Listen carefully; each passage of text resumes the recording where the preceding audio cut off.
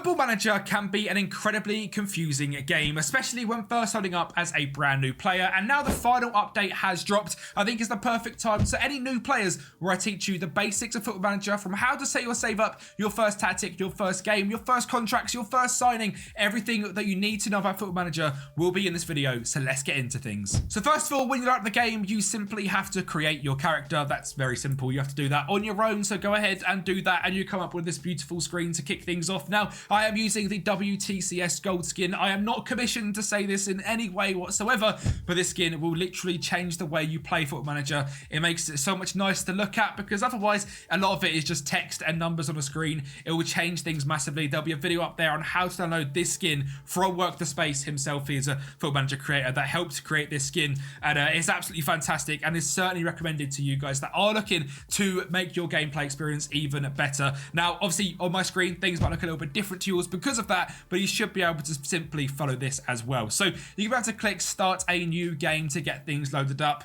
Click yourself into the career option. This is your bog standard manager career that you guys will know and love whether you've played FIFA or anything, and you want to click pick team later here as well, because that will help you in deciding your team in just a little bit. But there is some actual database things to set up first. Now, you can choose different game modes on Football Manager. There is the original bog standard Football Manager, where the update will be as of, you know, the one that's just happened on the game. You'll have all the players will be on the correct teams like that. So any January signings will be in their teams from the start of July, just like it would be on FIFA or eFootball or anything. And the Your World mode pretty much takes away any transfers that happened last summer. So like Harry Kane will still be at Tottenham Hotspur, and bits like that will still be there. But I always go with original. It's what I recommend. It makes it the easiest to understand, and especially if this is your first time, original will be very, very helpful. And click advanced setup to move on to this lovely screen here, which is very, very important. Now, this add and remove leagues bit down here is what we are looking to do. And we're looking to get some nations loaded that we could potentially be signing players from, and that we also could potentially manage in. So going down the list here, we've got England, we've got France, Germany, I would like Italy in there as well, Netherlands, Portugal, Scotland, Spain, and we'll go with Turkey, we'll go Argentina, Brazil, we'll go USA, and we'll go with Japan as well, which is a brand new nation. We've got a few random ones in there, as well as the top 5 leagues. Now, if you're looking to manage in the top divisions of the world, you don't need leagues like League 2 loaded as you're playing in, because you're not going to be playing in them leagues. So I would go to here. I would click, say, Championship and above, and go mode as playable with view only below. That's my best recommendation, to go through all of these down here and keep it so leagues you just want to play in. So as you can see, I've got the top 5 leagues as playable with view only below from their second tiers and down, and the rest as all view only, as I might be interested in going and seeing their leagues and what they're doing over there as well. And the next thing you want to do is head to the top right with the approximate player count, click on that one and click on advanced. Now, I've got this set up already for the saves that I do all the time. You want to click on add here and then go to continents and add Africa, Asia, Europe, North America, Oceania, and South America, and click current international players, players from top clubs, and players with continental reputation on every single one of these. So that will make your game load in all the players that have any decent sort of reputation in these these continents, and it means you can sign more players. So there is over 90,000 players in my game. It's a 1.5 game speed. Now, my PC is very good. I use it to simulate videos all the time, and it's an absolute beast, and mine's 1.5 game speed. Do not worry if yours is 1.5, 2-star, 2.5. It is still going to be very quick, and you do not need to have it on 5-star. It is an it sort of kills your game a little bit, because you can develop better players using it in this way, and find better wonderkids maybe in the lower leagues of Brazil, etc., using this way. In the advanced options down the bottom, you literally want to tick prevent use of in-game editor and do not add key staff. That's all you want to tick. Click start game and let the game set itself up. So that's your save all set up in terms of the database. It's now time to choose your manager and select the team you'll be managing. So the profile you made at the start, you click use profile here, as long as you made that all good. If not, click new profile and create a brand new manager, and it comes to selecting your team. So for me, I'm a Manchester United fan. For the sake of this video, we'll do it with United, because why on earth not? And then based on the team you're looking to manage, I would always suggest just clicking suggest experience based on the club you're managing, and the management style focus, choose to add whatever you want. I choose motivated, commentator, I've not really found that this makes any difference whatsoever in any video I've ever done. So do not worry about it too much. And that's something I'll say for the whole of this. Do not worry. There's a lot of things that you don't have to worry about in FM whatsoever. It looks like a lot. There's a lot of different screen, but I've got over 3,000 hours this year and I've never touched training, or responsibilities wise, I've never really touched staff contracts or player contracts. I don't do too much, and I play the game for over 3,000 hours. So as a new player, you might think that's not sort of the done thing, but trust me, a lot of people do not manage every single intricate detail of the team. It's just a fun game to play, and you can make it a hell of a lot more enjoyable by taking some of the jargon out. Now, when you first get the job, it comes up with all these news stories about you taking the job at Manchester United, and it tells you a little bit about the club. So if you're managing a club you don't really know much about, this might be quite a good way for you to learn about them.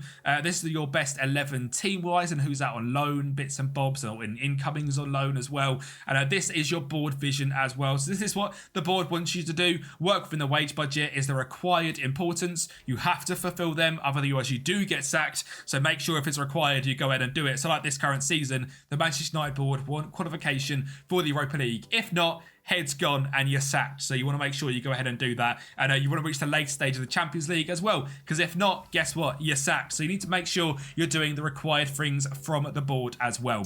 Supporters wise, it doesn't matter quite as much. They don't have as big of a say.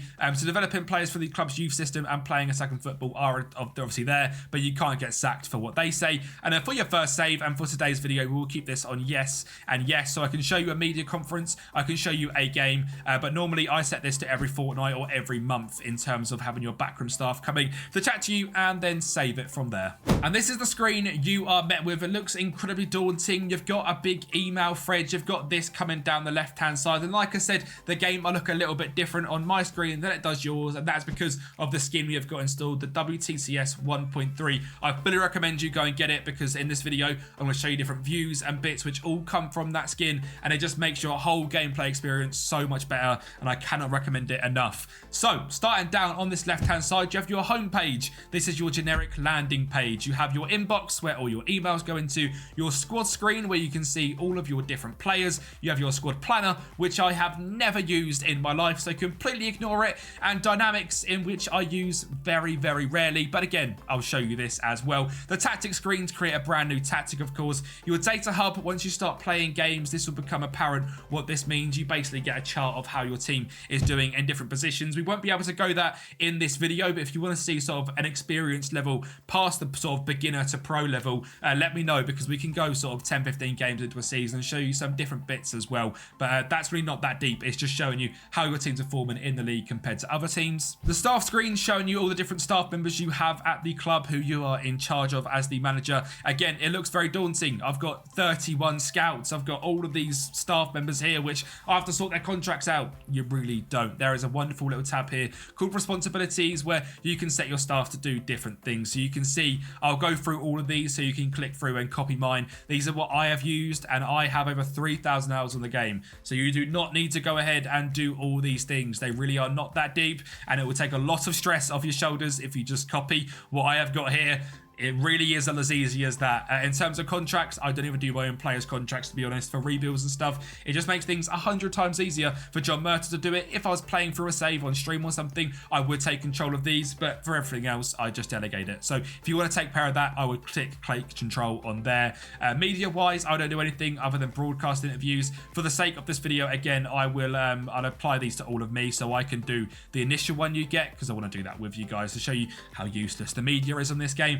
Training, I don't do anything. Training is not something I'm interested in learning, and it's not something I think you really need to know either. If you want to do the training yourself, feel free. It's an absolute minefield. There is loads of videos on YouTube of how to do training. For me, I've never found the want to go ahead and learn it, so I don't. Tactics wise, again, because I do the rebuilds and stuff, this is set up for that, but I would have it on, this is what I would have it on, so that I do the opposition instructions, but the rest is all done by the assistant manager. And in the match as well, friendly matches I don't normally take control of. For this video, I will take control of them. And finally, your set pieces. Again, I take control of the set pieces because I quite like adding my own little spin on them. But that is the responsibilities tab. there is a lot you don't need to do. Staff search, we now don't need to go ahead and find managers. That's not our interest. And if you are looking for a brand new job for any reason, you can come to the job centre and find yourself a brand new job in a manager vacancy. But again, you've just taken a new one, so you don't need to worry about that too much. So that means trading screen, I never click on it unless it's for this mentoring tab. That is again a bit of an advanced thing, but again, I normally just ask the assistant to assign it, and this will mentor different players. I don't really understand what it does, but like I said, 3,000 hours hasn't made a single difference to my playing experience, and I get on just absolutely fine. Medical Centre, this will show you who is injured, but you can see that on the squad screen. I hardly ever use this screen. Schedule just shows your upcoming matches and your schedule for the season. The competition screen is your main landing page to see your league, your cups, your Champions League, all bits like that. Scouting we'll go through just in a little bit because that is very important and something you certainly want to be left and look into, as is the transfer screen. Club info is just about your club, so if you're Bromley, it might look completely different to this, but this is the generic club info screen that you can go on and have a little look at your club. Again, you don't really ever use it. Same for Club Vision. The only thing you do on Club Vision here is make board requests. So if you want to improve certain things about the club, you can come to the board and say, oi board, sort out my next season's transfer budget. They'll say no because you've just got hired, but later down the line, they might say yes. That's something you can do as well. The finances tab, again, I hardly ever use. It shows you the balance here, your transfer budget on the right, but your transfer budget is also in the top right on the transfer screen. So I never really click this either. And finally, the development centre, which is where we're going to kick things off, because here at United, that is a big thing. So we're going to go over to the development centre and click on the under 21 squad, and we're going to sort this by the potential players here. So here we have players which are probably good enough for the first team. Shola Shoretire is the only one that's not out on loan that has at least a 2-star ability and some decent potential. So we'll bring him up into the first team, so you don't want to go and miss him out. And the rest here aren't quite going to be good enough for first team football just yet, which means our squad is now complete of all the good potential players, and the rest are all here as well. But obviously at the moment, we can't put them into any sort of team because we've got to go ahead and make a tactic. Now, I'm not going to be creating a tactic here with you today because I think that's something a lot of people will enjoy creating on their own. I've simply gone with a create your own style 4-2-3-1, so I can show you what I do for the videos and how I actually make my teams and how I actually go through and decide what players I'm going to sign or positions that need filling in. So we've got here just a basic 4-2-3-1 at Manchester United. To change different player roles, to say you want a winger, you want it to be an inverted winger, you come down here and change that. Inside forwards, you can change it to that, or you could have your attacker midfielder being a trequartista. It does say down here exactly what every single role is, so if you're looking to build a team, make sure you're reading them.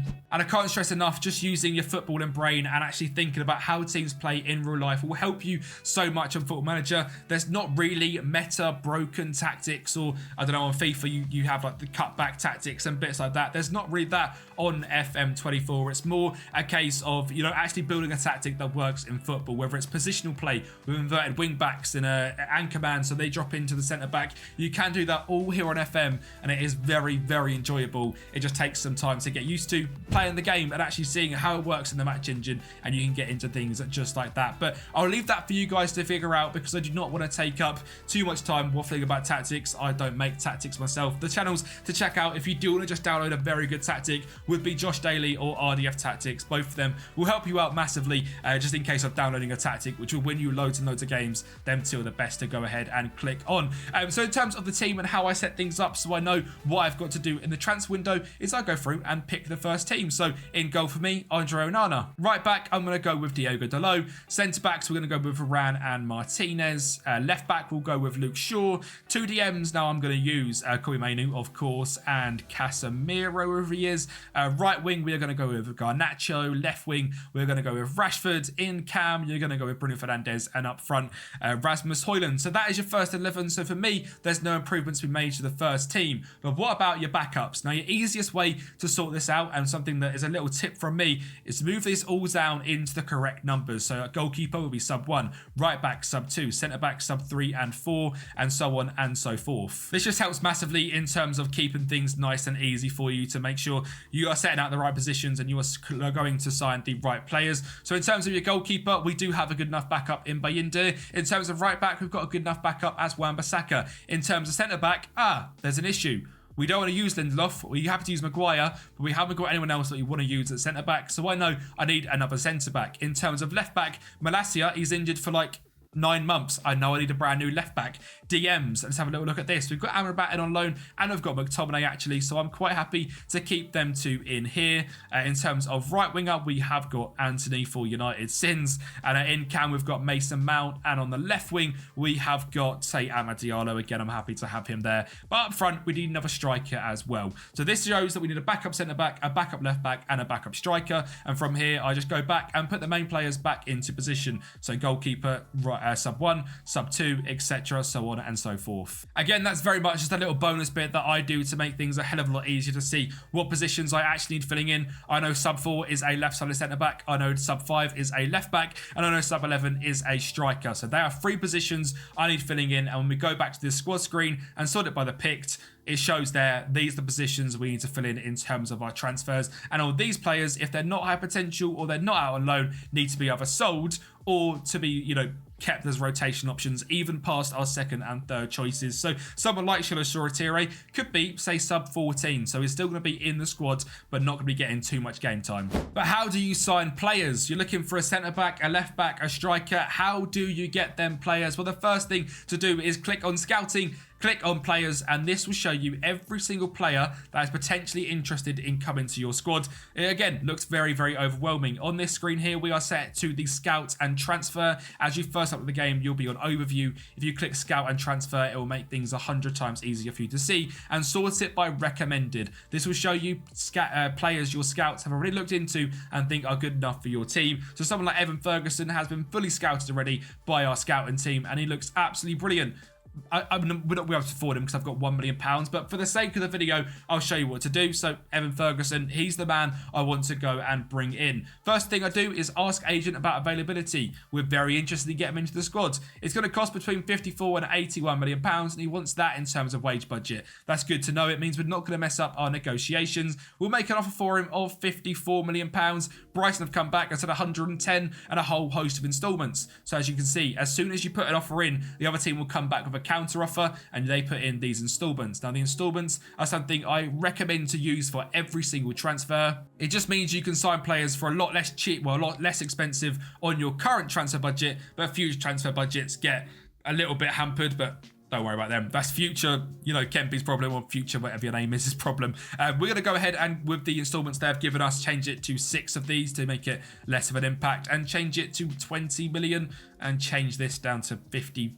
In terms of percentage of profit of next sale, if we sell Ferguson, I don't want them getting 40%, we'll sell 30%, and we'll suggest the terms. £81 million Evan Ferguson deal has been confirmed with Brighton. Now, it's not as simple as that's done and he is going to be coming in. We actually have to make sure we get the contract correct, but we can't do that just yet because we have to click a nice little button here of the accepting the vision. You can't change anything here. This is what the board want you to do. They want you to do all these things because it's your first year at the club. You haven't really got much pulling power, so you sort of just have to accept what they want you to do. Go forward a day by clicking spacebar, and we can now talk to Evan Ferguson. He is considerably interested in joining the club. He wants to be a star player, and he wants the long-term aims to challenge for a domestic cup in the next season. Now for us, Evan Ferguson is going to be a squad player. He's not going to like this at all, and he's not going to agree to it either, because simply he has more ambitions than that. He wants to be a star player. It just comes from playing the game. You sort of have the knowledge of that, and when that orange box comes up, it means they're very angry. So be careful not to mess things up. So just finalise the promises, tell him he'll be a star player, promise him the world, and down the line he might get angry, but you know, he'll be fine. Don't worry about it too much. This is his contract he wants. So again, it looks very confusing, but simply his wages here and any bonuses are down here. Wage-wise, I want to pay him 63,000. He comes back and says no, 79k. I'll say no, 66,000. He says no, 79. Evan, mate, you need to budge a little bit. 69,000. Of course, he says yes to that. He's 18. Of course, he loves to say yes to 69. I mean, what even is that banter? Who knows? We'll just confirm everything and exit the talks, and that is a contract agreed with Evan Ferguson. But again, he won't simply just come in. Things have to happen in the background of the game, and that will take 4 or 5 days to happen, and he won't actually sign for us right now because we've got £1 million in transfer budget and 140k in wage budget. So that Ferguson signing was simply to show you guys how to sign players and how to handle their contracts. But what if you wanted to get him in and you wanted to sell some players to raise that money? Now, in terms of the team here at Manchester United, there isn't many players of much value. So at number 1, we'll look at is Victor Lindelof. He is wanted by Tottenham and Inter Milan. The best thing to do to get rid of players is to come to this transfer tab at the top, click ask agent about market interest and say we are desperate. That will say we can get £9.6 million to the client. I'm happy with that, so I propose Inter Milan to come to the table, and we'll also, these things pop up all the time as well. These little boxes are completely useless. Just click this box in the top right, the little exit arrow. They are really, really unhelpful and they just confuse things even more, so ignore them. You want to click this offer via transfer room and tick down here as well as transfer list and set player as surplus to requirements and offer him out to transfer to all the other clubs as well. We'll do the exact same with Anthony Martial because why on earth not? We'll try and get a couple of players out the door, and this shows you a different scenario. I can send you desperation, but he just doesn't have any interest in going anywhere at the moment, and I'm not happy about that. So you can hire an intermediary. These will look around, but because of his current injury status, no one is interested. You may want to discuss with Martial to find a solution. So let's go and have a chat with Anthony. He said, yo, what's up? I said, look, get out of my club. He's like, I want to stay here. I always click threaten. If you don't leave, your position in the squad will not be staying. He'll say no, whatever. I'm still staying. That's fine. It makes him a little bit angry. It makes him more likely to leave. Then click offer via transfer him, transfer list him, and offer him out to clubs. And we'll see if we get any offers for him. And that should really handle your player sales and player incomings. I hope that explained it in a nice, quick manner, but also that actually helps you guys out. We then have our first staff meeting, and we will go ahead and actually attend this one for you guys as well. So this will give you just different recommendations based on the squad. It thinks Rashford's going to be a good vice captain. We'll make him vice captain. Why not? It thinks Casemiro should go on a 25-week intense course. Cool. Why not? It helps out have all the people communicating on the same language. It's very realistic. It helps it out in terms of how they grow as a player and how they maybe mentor different players as well. And the final thing it's telling you is high potential players and players out on loan, etc. You can't do anything about it. It's just letting you know about them. So click end meeting, and that is that done. You'll get them every 2 weeks. Some will have different things come up, but that is the best thing to do for them. The next thing to go through is the set pieces. As the next thing that logically comes up. So we'll take the induction.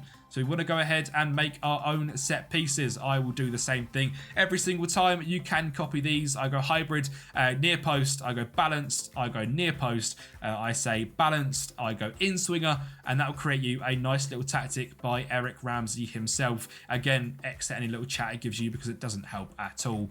If you do not want to do your own set pieces, you can very simply click on the responsibilities here and delegate that to Eric Ramsey. But for example, we'll create one right now. So you can see here we have our aerial threats, our box threats, our creators, our recovery defenders, and the if needed players. So always these if needed, I move into a box threat, and I move one of the aerial threats into box threat as well. I have two creators sitting on the edge of the box just in case it comes out to them and they can create something, and two defenders staying back in case of a counter attack. We'll have two players attack the near post, one lurk at the far post. We'll have this guy as a box threat, a lurk at the near post, and this guy can mark the goalkeeper as well. That looks quite good on the screen right there. You have a back post player, a near post player, a near post player, and someone lurking at the near post in case the ball drops down. It's as simple as that. You can make more routines if you want to. You can create a far post out swinger routine and set it so that does it less often and that does it more often.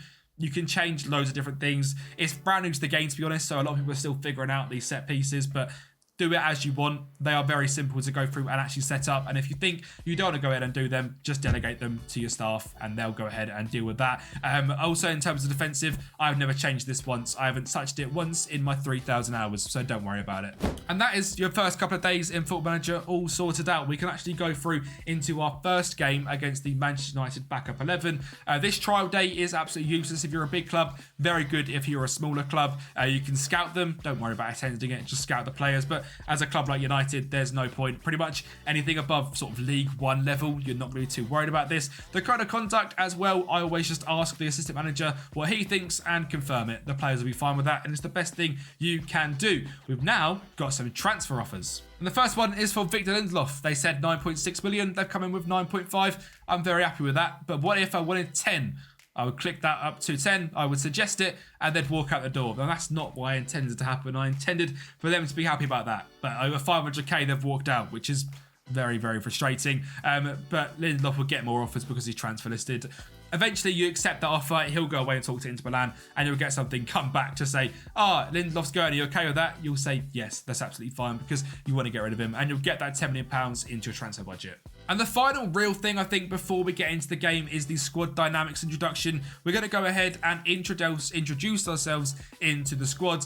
The overall positive is good to see. We're going to neutrally say, hello, we are a new manager here at the club. And you're going to make a few promises, not too many. Again, you sort of get used to the buttons you need to click here. So Premier League campaign, about the forthcoming campaign. We're going to talk about that. And I think we've got a good chance of getting Champions League qualification. And they're all well behind it. If you go to a club like Fulham and you say, I want to win the league, they'll all be absolutely livid. So don't annoy them too much because they will get very angry and don't believe in you as a manager. And that actually plays a massive part. The biggest thing about FM I can say is it's basically a morale manager. It's keep players happy, players play well, you win games, more players get happy, more players want to come to the club, more players are happy, you win more trophies. Keep everyone happy, everything is sweet. That's what we're going to promise in terms of the Premier League. We'll make up some promises here in terms of the youth. I always say you can use the youth because why on earth not? That's enough promises for now. Positive reaction and yeah, nothing else to talk about. So thanks lads, that's good.